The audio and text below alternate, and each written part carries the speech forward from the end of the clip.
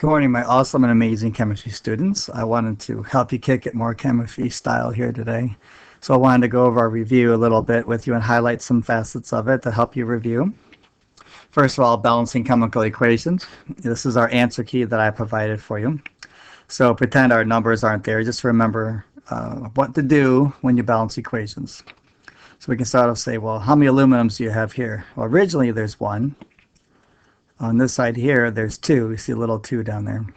Okay, so then what we need to do is place a 2 in front of this one to get 2 aluminums. But remember, that multiplies every one by 2. So now there's 6 OHs over here.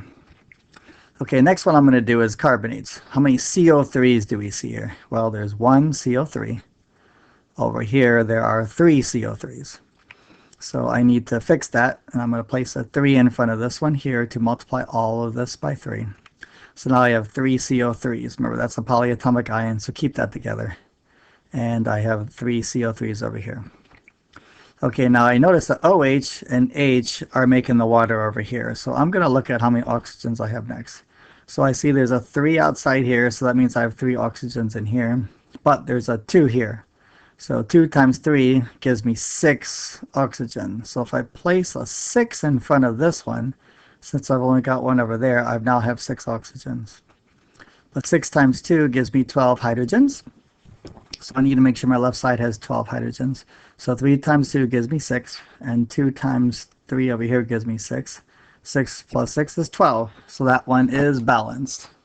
Okay, now let's go on to question 2, just to show you 2 of these. I remember, pretend those numbers, the big numbers aren't there yet. So I start off, I notice I have 8 sulfurs here and only 3 over here. So I'm going to think least common denominator. What's the least common denominator between 8 and 3? Well, to me, that's 24. So if I multiply this 3 by 8, I get 24. And if I multiply this 8 by 3, I get 24. So that gives me enough sulfurs on each side. But now I'm putting an 8 there. 8 times 2 gives me 16 aluminums. And I only have one over here. So then I put a 16 in front of that one, and I get my 16 aluminums, so 16 on both sides. So that's balancing equations. I'm going to pause briefly, and we'll get ready to do the moles. Okay, I'm done pausing the video here. We're going to move on to writing and balancing equations and mole-to-mole stoichiometry. So remember to write chemical equations and balance them, we need to make sure we crisscross our charges first. So aluminum carbonate is written as aluminum, it's a +3. Carbonate is a -2. So when we crisscross our charges, we got a 2 down there and a 3 down here. Hydrogen chloride is a +1, -1. That stays HCl. On the right side, you've got aluminum +3 and chloride -1. So the 3 crosses down here, a -1 stays a 1 down there. And carbon dioxide is just CO2, and water is H2O. Those are just formulas that we know. So once you crisscross charges and write everything correctly, you need to balance the chemical equation. So here we go. It looks like I've got 2 aluminums over here. Only got 1 here, so I'm going to place a 2 in front of that.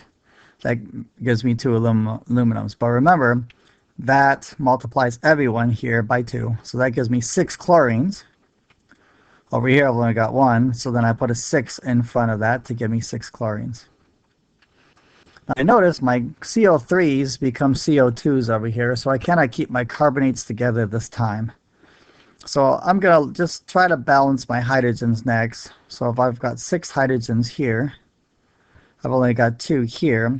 So I place a 3 in front of this water to give me 6 hydrogens. Over here, I have 3 carbons. This 3 distributes through, so I have 3 carbons. Over here, initially, I only have 1. So if I put a 3 in front of that, I'll get my 3 carbons. And you can notice that that forces my oxygens to balance. 3 times 3 is 9. 3 times 2 here is 6, plus the 3 that's over here, that gives me 9. So that's how we can balance that equation out. And I'll let you try the other one here. Now we're going to move on to mole-to-mole stoichiometry. So let me raise this up here a little farther here. So just a quick reminder about how to do these. I know we did these in class, but a reminder doesn't hurt at all, right? So first of all, we balance this reaction. I got a 4, 3, and a 2 for that reaction. I'll let you inspect that on your own. First question, how many moles of aluminum oxide will be formed from 17 moles of aluminum? Okay, so what I do is I put my 17 moles of aluminum here. I'm solving for aluminum oxide, so I put that on top. I look next to it, there's a 2 in front of the aluminum oxide there, so I place the 2 here. And there's a 4 in front of the aluminum over here, so I place the 4 there. So this means 17 times 2 divided by 4 gives me my 8.5 moles of aluminum oxide. So we get these numbers from the balance equation, and always what we're solving for goes on top. Okay, what we started with goes on the bottom. Let's do one more example here. How many moles of oxygen are needed to react with 23.8 moles of aluminum? So again, I'm putting my 23.8 moles of aluminum because that's what I'm starting with. I'm solving for oxygen this time. So what number is in front of oxygen? There's a 3 in front of it right there. So 3 moles oxygen. And again, there's still a 4 for my aluminum, so I put 4 moles of aluminum there. Now remember, my oxygen is going to be on top, aluminum will be on the bottom. So this will be 23.8 times 3 divided by 4 equals 17.9 moles of oxygen. And that's how we do multiple stoichiometry. I'll pause video one more time to get ready for the stoichiometry point. All right, the stoichiometry point is a simulation that you can find on my website. There's a link that shows you how to get to it. And you're going to be making a graph of temperature on the y-axis, and you're going to make grams of aluminum chloride on the x-axis here. So once you make your graph, you're going to draw a line of best fit through the data points going up, and then a line of best fit data points going down. And where they cross each other is where the stoichiometry point is. And then you can go down and record how many grams of aluminum chloride, okay, that has reacted the most.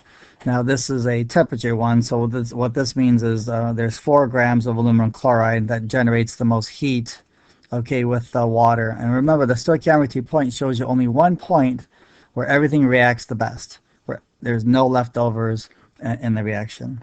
Okay, and hopefully that helps. Okay, to review with you, and if you have any questions, go ahead and ask on my website or email me. Hope you all are doing well. Can't wait to see you soon.